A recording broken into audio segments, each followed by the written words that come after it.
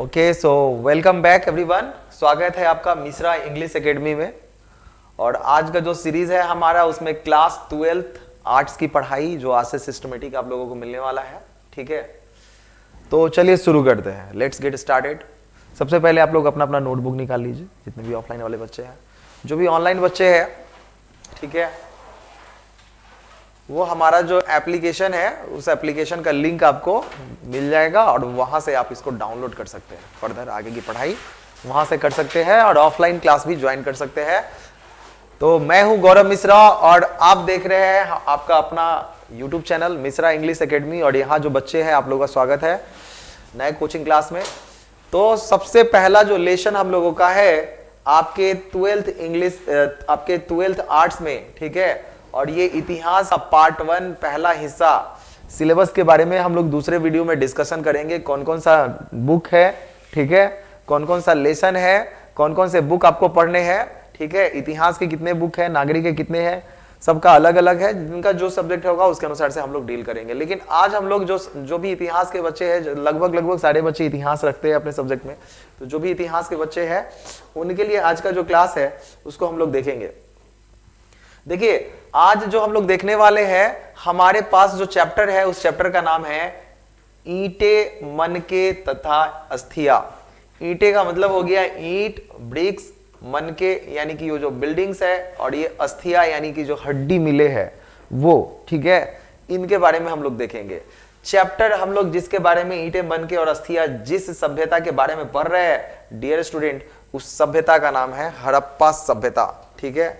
सभ्यता का नाम क्या है? हड़प्पा सभ्यता, ठीक है। देखिए, सबसे पहले जब हड़प्पा सभ्यता हमारे सुनते हैं कि ये हड़प्पा सभ्यता का नाम जैसे ही हमारे दिमाग में आया और जैसे ही हमने इसको सुना, ठीक है, तो सबसे पहला शब्द आता है कि हड़प्पा सभ्यता है क्या, व्हाट इज हड़प्पा सभ्यता। तो चैप्टर में हम लोग पढ़ रहे हैं हड़प्पा सभ्यता के बारे में।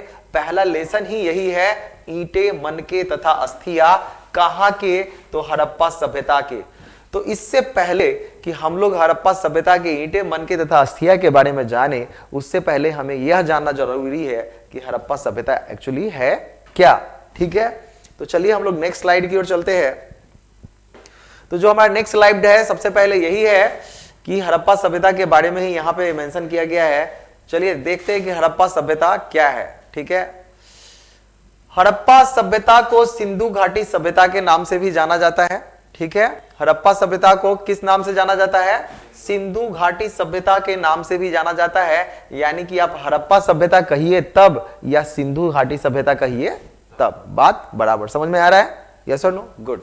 अब देखिए, हड़प्पा शब्द उस स्थान से लिया गया है जहां सभ्यता की खोज की गई थी। यानी सभ्यता की खोज की गई थी, पता चला था कि यहाँ पे एक जीवन बसर होने वाला सोसाइटी था, बहुत सारे लोग रहते थे, लेकिन अब वो सभ्यता नष्ट हो चुकी है और फिर एक नया दूसरा सोसाइटी वहां बस गया। यानी कि एक समय में जो सभ्यता था वो समाप्त होकर के अब दूसरे सभ्यता आ गए, दूसरे इलाके का नाम चेंज हो गया है, सब कुछ हो गया है। सबके बारे में जानेंगे। तो यहाँ पे क्या की गई थी? सभ्यता की खोज की गई थी, ठीक है। अब आइए हड़प्पा सभ्यता के बारे में हम लोग और भी डिटेल के बारे में जानेंगे। देखिए, हड़प्पा सभ्यता की खोज 1921 से 22 में किनके द्वारा किया गया था? तो दयाराम साहनी के द्वारा किया गया था। किनके द्वारा किया गया था? दयाराम साहनी के द्वारा किया गया था। यानी हड़प्पा सभ्यता को खोजने वाले जो व्यक्ति है वो कौन है? दयाराम साहनी, ठीक है। कब किया गया था? तो 1921 से 1922 में किया गया था, ठीक है। और इनके नेतृत्व में Rakhaldas Banerjee, sir John Marshall के नेतृत्व में हुई थी। यानी आप ये कह सकते हैं कि हड़प्पा सभ्यता के खोजकर्ता में ये तीनों लोग शामिल है, जिसमें एक का नाम है दयाराम साहनी, दूसरा का नाम है राखलदास बनर्जी और तीसरा का नाम जॉन मार्शल। ये तीनों के तीनों मिलकर के इनके लीडरशिप में ही इसकी खोज की गई थी, इसकी खुदाई की गई थी, ठीक है। ये क्वेश्चन इतना इंपॉर्टेंट है डियर स्टूडेंट, हड़प्पा सभ्यता की बड़े बड़े एग्जाम्स में, बीपीएससी एग्जाम में, ठीक है, यूपीएससी एग्जाम तक में ये सब क्वेश्चन पूछा जाता है ऑब्जेक्टिव में, ठीक है। पूछा जाएगा कि हड़प्पा सभ्यता की खोज कब की गई थी, तो आपका जवाब क्या होगा? 1921 से 22 में। किनके नेतृत्व में किया गया? दयाराम साहनी, राखलदास बनर्जी और सन जॉन मार्शल के नेतृत्व में, ठीक है। अब ये सारी चीजों को आप जान गए अगर, तो चलिए दूसरे पॉइंट की तरफ जानते हैं। देखिए, आपने कराची का नाम भी सुना होगा और लाहौर का नाम सुना होगा, ठीक है, ये ना तो कराची भारत से है ना तो लाहौर भारत से है, ये दोनों के दोनों पाकिस्तान के हिस्से हो गए हैं। अभी किसके हिस्से हो गए हैं? पाकिस्तान के हिस्से हो गए हैं। ठीक है, तो यहां जब पहली बार रेलवे लाइन का निर्माण किया जा रहा था तो उत्खनन के कार्य के दौरान जगत गुरु हड़प्पा पूरा स्थल मिला। ठीक है, एक पूरा तात्विक जगह मिला जिसका नाम था जगत गुरु हड़प्पा पूरा स्थल। कब मिला? जब 1856 में इस बीच में रेलवे लाइन को बिछाया जा रहा था, तब खुदाई के दौरान क्या मिला? जगत गुरु हड़प्पा पूरा स्थल मिला। यह स्थान आधुनिक समय में पाकिस्तान में है, मैंने आपको पहले ही बताया है। ये जगह कहां पे है? कराची और लाहौर तो पाकिस्तान में है ही, और ये जो मिला उत्खनन के दौरान जगत गुरु हड़प्पा पूरा स्थल, ठीक है, वो भी जो है आपका कहां पे है? पाकिस्तान में ही है। उन कार्यकर्ताओं ने इसे महत्व नहीं समझा और यहाँ की हजारों ईंटें उठाकर उन्हें रेलवे लाइन के निर्माण में किया गया, लेकिन यह नहीं जान सके कि कोई सभ्यता थी, कि यहाँ पर कोई सभ्यता थी। यानी कि देखिए, कभी कभी ऐसा होता है कि मंदिर का, मस्जिद का कुछ ना कुछ चीज मिल जाता है, तो बहुत जब टूटा फूटा रहता है तो उतना लोग ध्यान नहीं देता है कि चलो अब खत्म है, तो कर्मचारी लोग अपना काम करते रहता है। तो जब यहाँ उत्खनन हुआ तो यहाँ के जो रेलवे के जो लोग थे उन्होंने यही समझा, क्या समझा? कि इसको यूजलेस समझ करके और उस के ईंटे उटे जो मिले उसको रेलवे लाइन में झोंक दिया। लेकिन कभी उन्होंने ये नहीं समझा कि यहाँ पे एक सभ्यता का निवास था। एक समय में यह एक बहुत बड़ा सभ्यता, एक बहुत बड़ा सोसाइटी था, बहुत बड़े स्तर पे जो घर थे, बिल्डिंग थे, भवन थे, जो लोगों को आइडिया नहीं था। ठीक है, तो उत्खनन के दौरान यहाँ के हजारों ईंटों को तो निर्माण में ले लिया गया, लेकिन बाद में पता चला कि ये हड़प्पा पूरा स्थल, यहाँ पे जगत गुरु हड़प्पा पूरा स्थल जहां मिला है वहां एक सभ्यता था और सभ्यता का नाम रख दिया गया हड़प्पा सभ्यता, और दूसरा नाम इनको कहा जाने लगा, क्या कहने लगा? सिंधु घाटी सभ्यता। ठीक है, यहां तक बात समझ में आ रही है? कब हुआ था? 1921 से 22 में हुआ था। किनके निर्माण में हुआ था? तो ये बता दिया मैंने, 1856 में रेलवे लाइन के दौरान इसकी जानकारी सबसे पहले मिली थी। चलिए आगे देखते हैं। उस समय जॉन ब्रटन और विलियम ब्रटन दोनों ने एक महत्वपूर्ण सभ्यता होने का संकेत दिया, लेकिन फिर भी इसे महत्व नहीं दिया गया।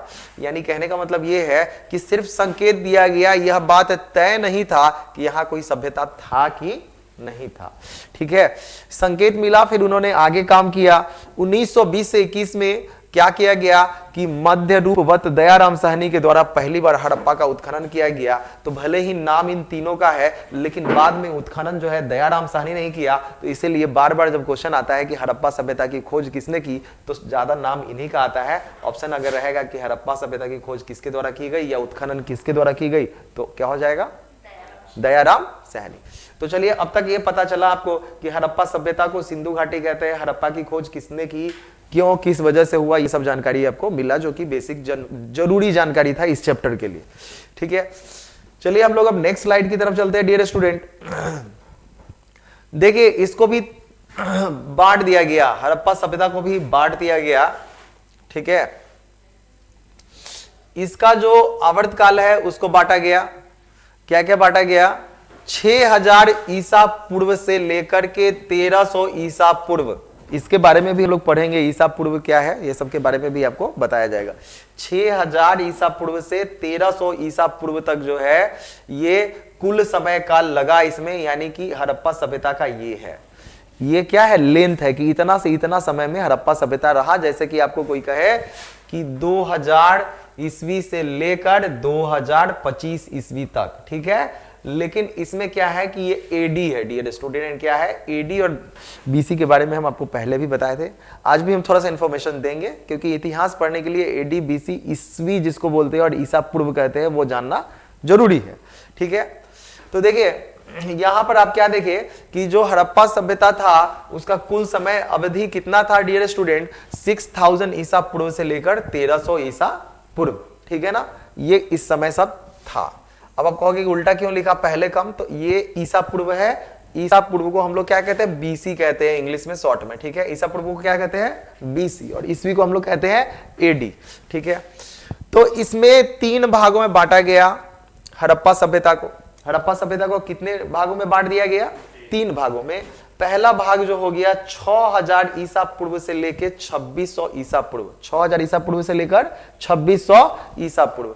दूसरा भाग जो हो गया 2600 ईसा पूर्व से 1900 ईसा पूर्व, 2600 ईसा पूर्व से कितना, 1900 ईसा पूर्व। और तीसरा भाग जो हो गया 1900 ईसा पूर्व से 1300 ईसा पूर्व। और इसी को हम लोग 6000 से 1300 ईसा पूर्व पूरा कंबाइन करके कर दिए, यानी तीनों भाग को कंबाइन करके इतना से इतना रहा, जिसमें प्रारंभिक, परिपक्व और उत्तर। ठीक है, तो 6000 से 2600 हो गया आपका कौन सा, बताइए, रिपीट करिए। 6000 से 2600 कौन सा हड़प्पा है, प्रारंभिक हड़प्पा है। कौन सा हड़प्पा है, प्रारंभिक। फिर 2600 से 1900 कौन सा हड़प्पा है, परिपक्व हड़प्पा है। और 1900 ईसा पूर्व से 1300 हड़प्पा कौन सा है, उत्तर हड़प्पा। तो तीन भागों में हड़प्पा सभ्यता को बांट दिया गया। ठीक है, अब आगे हम लोगों को थोड़ा सा इसके बारे में इंफॉर्मेशन चाहिए, क्योंकि हर जगह एडी बीसी इंग्लिश में और हर जगह ईसवी और ईसा पूर्व हिंदी में आपको देखने को मिलेगा। तो चलिए आगे बढ़ते हैं, let's see the next point. देखिए, अब उसके बारे में भी हम लोग जानेंगे, चैप्टर के एंड तक हम लोग उसको जानेंगे। बट अब देखिए कि कलाकृतियां और खोज क्या क्या हुआ। देखिए, कोई भी सभ्यता खोज हुआ है ना, तो वहां के छोटे छोटे चीजों का इस्तेमाल किया गया उत्खननकर्ताओं के द्वारा वहां के बारे में जानकारी लेने के लिए। कहाँ के बारे में जानकारी के लिए, उस पार्टिकुलर एरिया के बारे में जानकारी लेने के लिए कि कैसे पैसे थे, क्या लिखावट थे, क्या क्या चीज होता था, ये सब की जानकारी के लिए क्या चीज का प्रयोग किया गया, छोटे छोटे चीजों का प्रयोग किया गया। चलिए देखते हैं कौन कौन सा चीज है भाई। मिट्टी के बर्तन, बहुत समय पहले थोड़े ना आविष्कार हो गया था सब कुछ का। बर्तन तो इधर रिसेंट में आया है, यस और नो, बर्तन कब आया है, अभी रिसेंट में आया है। तो ये वाला जो हम लोग का धातु का जो बर्तन है, चाहे वो स्टील का बर्तन हो, चाहे वो पीतल का हो, कांसा का हो, ये सब अभी आधुनिक काल में हुआ है। वर्तमान काल में मिट्टी के बर्तन, अभी भी हम लोग उस सिस्टम को लेके चलते हैं, मिट्टी के बर्तन में घड़ा वगैरह का इस्तेमाल करते हैं, लेकिन वो परंपरा के तौर पे करते हैं, रिचुअल के तौर पे करते हैं। उस समय ज्यादातर ये सब होता था। तो मिट्टी के बर्तन हो गए, ईंट हो गए, पक्की और कच्ची दोनों तरह की ईंट, यानी कि क्या क्या कलाकृतियां हुआ और क्या क्या चीज खोजे गए उसके बारे में हम लोग पढ़ रहे हैं। ठीक है ना। अन्य वस्तुएं जैसे मुहरे के पता चला, वाद्य यंत्र का पता चला, तांबे और कांसे के औजार भी उस समय थे, यानी तांबा और कांसा का आविष्कार हो चुका था। विभिन्न प्रकार के आभूषण भी पता चले, जब तांबे और कांसे हो गए तो आभूषण भी बनते ही होंगे। तो ये सब चीजों का खोज हुआ। अब देखिए स्थल कौन सा है, हड़प्पा, मोहनजोदड़ो, चनहुद्रो, लोथल, पाकिस्तान, पंजाब, राजस्थान, गुजरात, उत्तर प्रदेश, महाराष्ट्र, ये सब से जुड़ा हुआ है ये हड़प्पा सभ्यता। इन सारे इलाकों से क्या है, इनका जुड़ाव है। इन सारे इलाकों से क्या है, जुड़ाव है। हड़प्पा सभ्यता का जुड़ाव इन सारे इलाके से है जो मैंने आपको बताया। तो आप लोग एक बार बताइए कि कलाकृतियां में और खोज में क्या क्या चीज की खोज हुई, किस किस बर्तन की खोज हुई। पहला तो मिट्टी के बर्तन, दूसरा ईंट पक्की और कच्ची, तीसरा आपका वाद्य यंत्र हो गए, मुहर हो गए, तांबे और कांसे के औजार हो गए। कौन कौन जगह से बिलोंग करता है, मैंने ये सारा चीज आपको बताया। चलिए अब नेक्स्ट स्लाइड की तरफ चलते हैं हम लोग। ठीक है, नेक्स्ट जो पॉइंट है हमारा, ईंटे, मनके तथा अस्थिया, यही चैप्टर है। चैप्टर का नाम क्या है, ईंटे, मनके तथा अस्थिया। ये पार्ट 1 आपका चल रहा है। देखिए क्या क्या महत्व है इसका, उसके बारे में जानिए। महत्व क्या है, पहला चीज उन्नत नगरीय योजना है। क्या है, नगरीय योजना जो है उन्नत थे, यहां पे उन्नत थे मतलब डेवलप थे। ऐसा था कि कोई कोई व्यवस्था ऐसा है कि भाई मीडियम वर्ग का सभ्यता नहीं, डेवलप्ड था। जैसे कि कोई बढ़िया सिटी होता है, उस तरह से उन्नत नगरीय योजना थे। नगर की बात कर रहे हैं, उसमें शहर इलाका भी होंगे, ग्रामीण इलाके भी होंगे। तो नगरीय योजना कैसा था, उन्नत था। वास्तुकला और सामाजिक संगठन के प्रमाण भी मिले हैं वहां। ठीक है, विस्तार कहां से कहां तक था, तो वही चीज अभी मैंने आपको बताया भी कि विस्तार जो था, कौन सा सभ्यता की बात कर रहे हैं हम लोग, कौन सा सभ्यता की बात कर रहे हैं, हड़प्पा सभ्यता। हड़प्पा सभ्यता की बात कर रहे हैं। देखिए हड़प्पा सभ्यता में विस्तार कहां से कहां तक था, तो उत्तर पश्चिम भारत से लेकर दक्षिण पूर्वी अफगानिस्तान में फैला हुआ था। क्लियर। अब देखिए ये सारा चीज तो हो गया। हड़प्पा सभ्यता के अवशेष कहां कहां मिले हैं, पंजाब, हरियाणा, राजस्थान, उत्तर प्रदेश, गुजरात, महाराष्ट्र, ये सब साक्ष्य प्राप्त हुए। इन सारे जगहों पे इसका साक्ष्य प्राप्त हुआ है, यानी इसका मिला है। अब आगे आपका वही जिसके बारे में हम लोग चर्चा कर रहे थे, बीसी और एडी। अपने अपने नोटबुक में लिखिए। एक काम करिए, इसको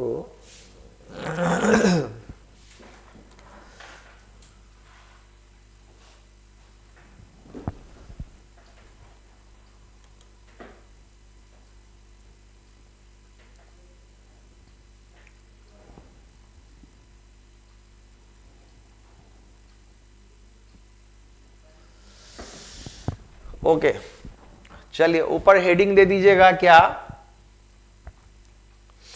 समय लिख दीजिएगा। क्या लिखेगा?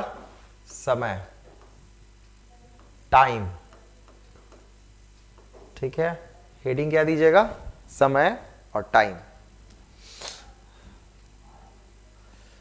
इसमें फिर नेक्स्ट पॉइंट बना करके आपको लिखना है,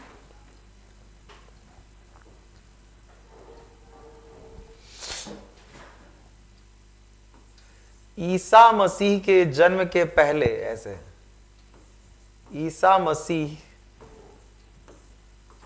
के जन्म के पहले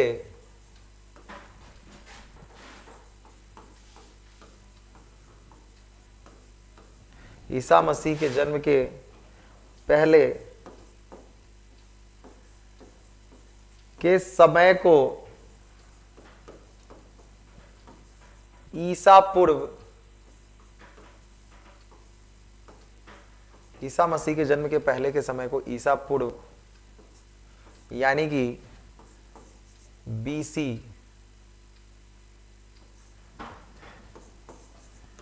बिफोर क्राइस्ट कहा जाता है। ईसा मसीह के जन्म के पहले के समय को ईसा पूर्व, बिफोर क्राइस्ट कहा जाता है। क्लियर? दूसरा भाग जो हो गया आपका,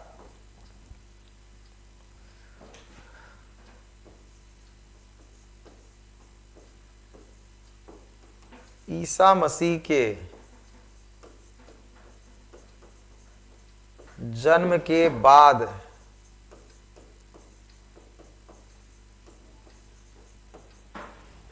के समय को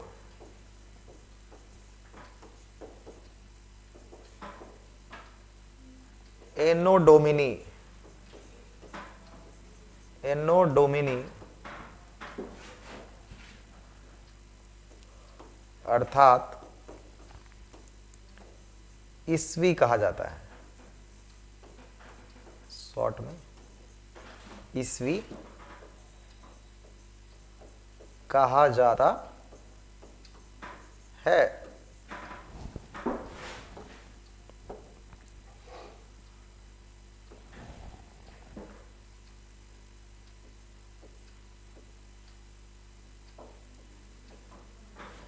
ठीक है, चलिए इस चीज को नोट कर लीजिए।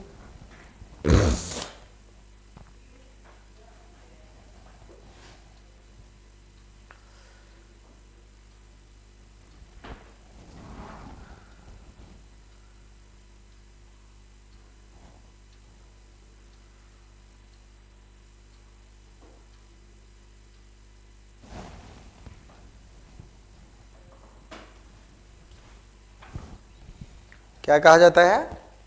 ईसा मसीह के जन्म के समय को क्या कहा जाता है? ईसा पूर्व, बीसी, यानी कि बिफोर क्रिस्ट। ठीक है, ईसा मसीह के जन्म के पहले के समय को ईसा पूर्व, बीसी, बिफोर क्रिस्ट कहा जाता है। और ईसा मसीह के जन्म के बाद के समय को एनो डोमिनी, ईस्वी कहा जाता है। क्या कहा जाता है? ईस्वी कहा जाता है।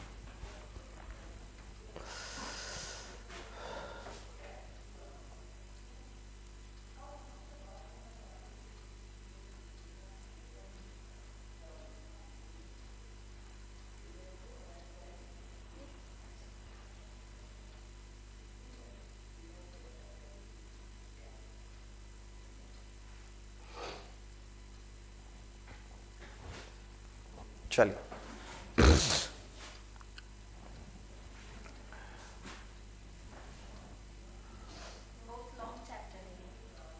हाँ चैप्टर लॉन्ग है तो 2 पार्ट में 3 पार्ट में आपका क्लास खत्म होगा, एक पार्ट में क्लास खत्म थोड़ी ना हो जाएगा।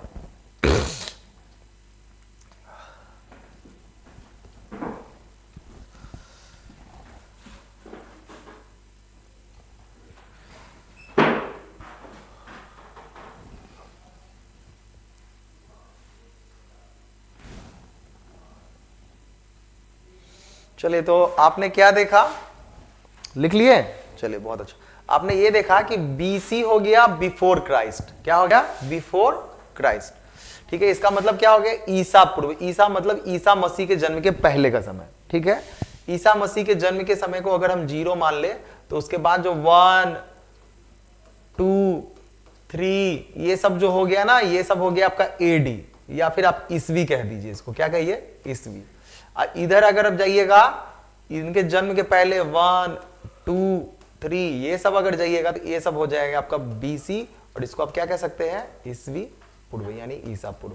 होपफुली आपको समझ में आ गया। ईसा मसीह के जन्म को मान लिया गया 0, और उनके बाद के समय को मान लिया गया ईसवी, और उसके बाद पहले के समय को मान लिया गया ईसा पूर्व। अभी हम लोग ईसवी में है कि ईसा पूर्व में है?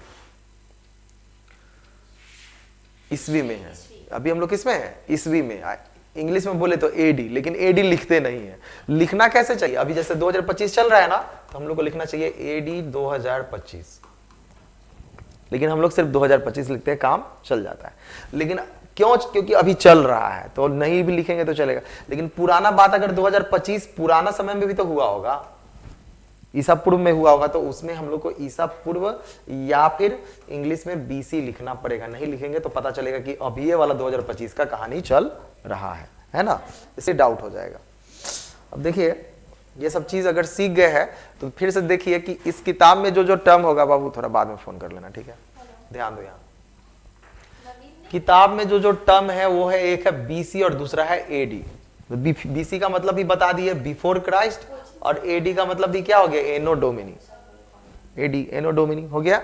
दूसरा एक दूसरा टर्म भी है जिसको बीसीई कहा गया और सीई कहा गया। आपकी किताब में बीसीई और सीई का चर्चा है। बीसी का मतलब हो गया कॉमन एरा। बीसी का मतलब क्या हो गया? कॉमन एरा, सामान्य युग। और सीई का मतलब यहाँ कॉमन एरा है, सामान्य युग। देखो तो बीसी और एडी ईसा मसीह के धर्म के प्रभाव को बताता है।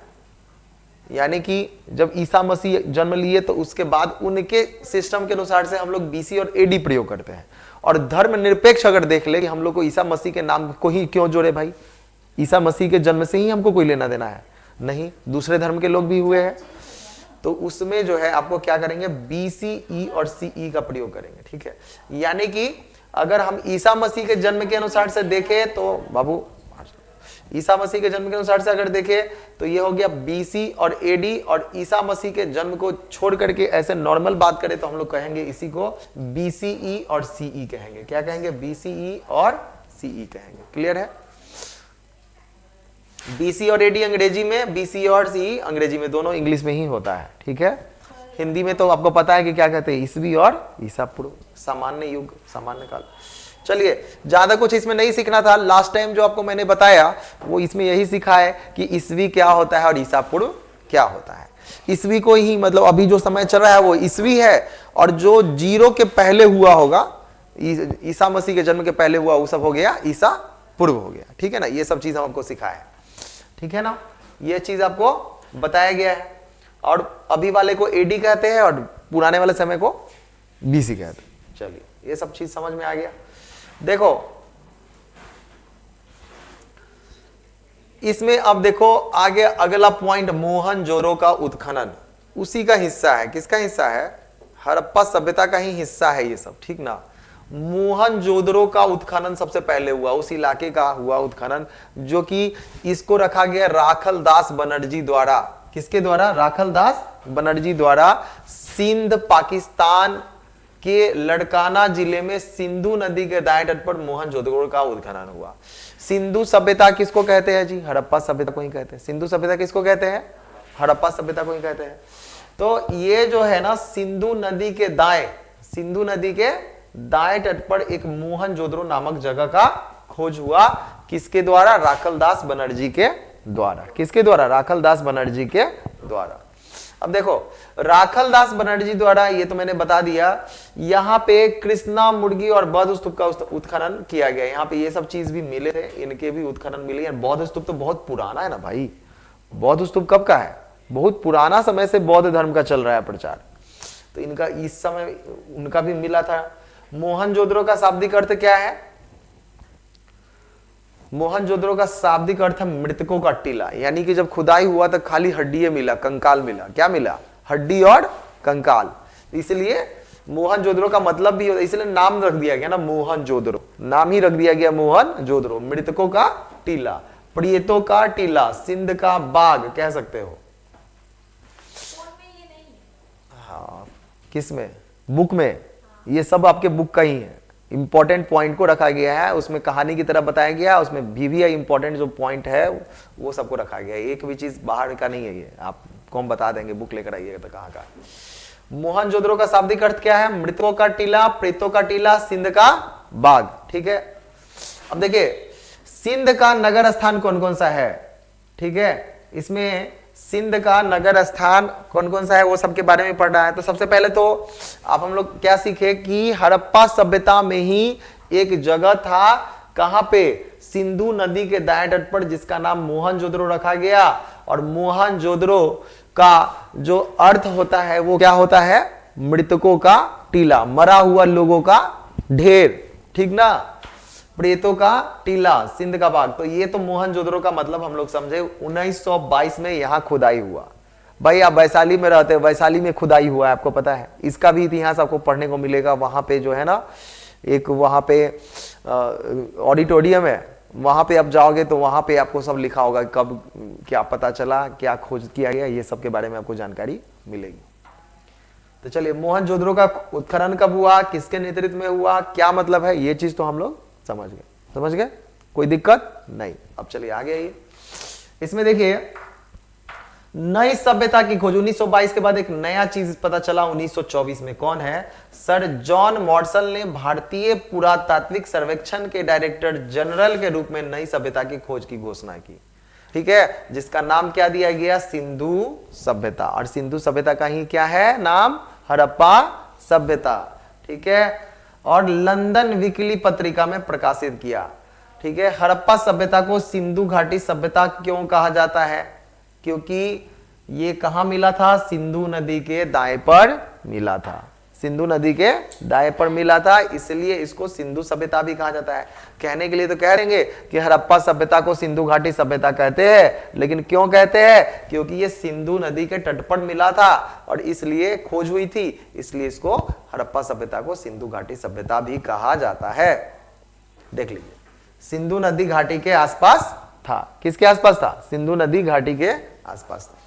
हड़प्पा वासी उपजाऊ भूमि पर खेती का कार्य करते थे। किस भूमि का खेती का काम करते थे? उपजाऊ भूमि पर खेती का काम करते थे। तो आज के इस सेशन में, आज के इस क्लास में डियर स्टूडेंट, हम लोग इतना ही पढ़े।